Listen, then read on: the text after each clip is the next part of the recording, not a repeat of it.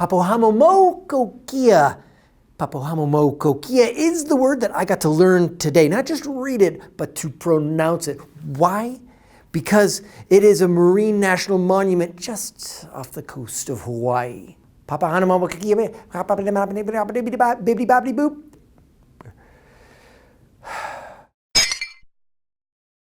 In the New York Times, I read an article. Loss of federal protection may imperil Pacific reefs, scientists warn. Fishing officials claim that marine national monuments are unnecessary, and because of this, the Trump administration is reconsidering their boundaries. What's more, Interior Secretary Ryan Zinke believes that these protected areas should be open to commercial fishing.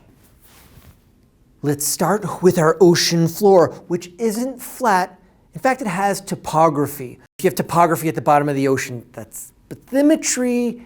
And you can have undersea mountains called seamounts.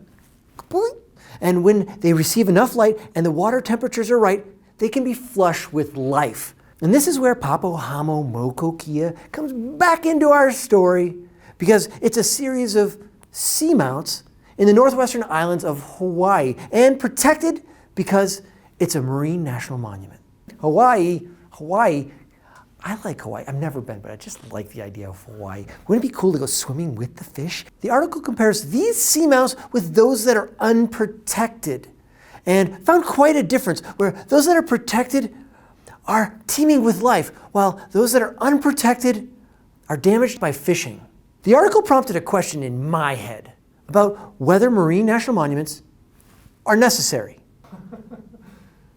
In general, it seems as though the article is comparing the views of the fishing industry versus scientists. The views of the fishing industry are characterized by the quasi-governmental organization Westpac.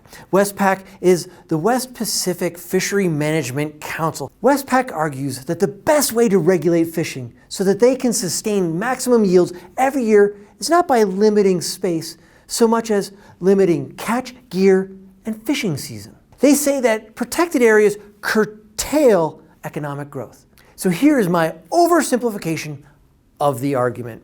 Tuna and billfish are major contributors to the economy, and they're also migratory animals that don't stay within the protected areas.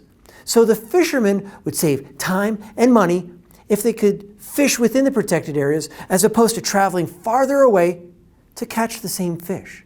And here is the opposing view. Fishing in Hawaii doesn't seem to be in trouble. In fact, science cites that there's been a doubling in yield of big-eye tuna since 2006. And this is even true when half of the US Pacific waters have been off limits to fishing. Callum Richards of the University of York says that protected areas allow populations to recover, to swell, in fact to overflow into other waters that might not be within the protected area, thus helping the fishing industry. What's more, protected areas help build resilient ecosystems. Callum.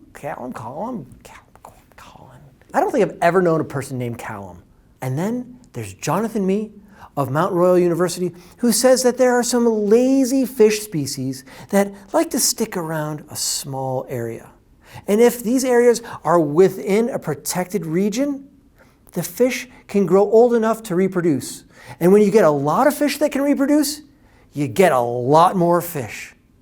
Yeah, man, let's just stick around, man. We're not going anywhere. We're just gonna, mate here, have more fish. It's protected, right? We're all good, man. Totally. By the end of the article, I found it really clear that the New York Times sided with the scientists. But I came up with my own notions, where if we're dealing with such sensitive subjects, we have to pay attention to human needs, sustainable markets, science, and respect for our environment. I'm right.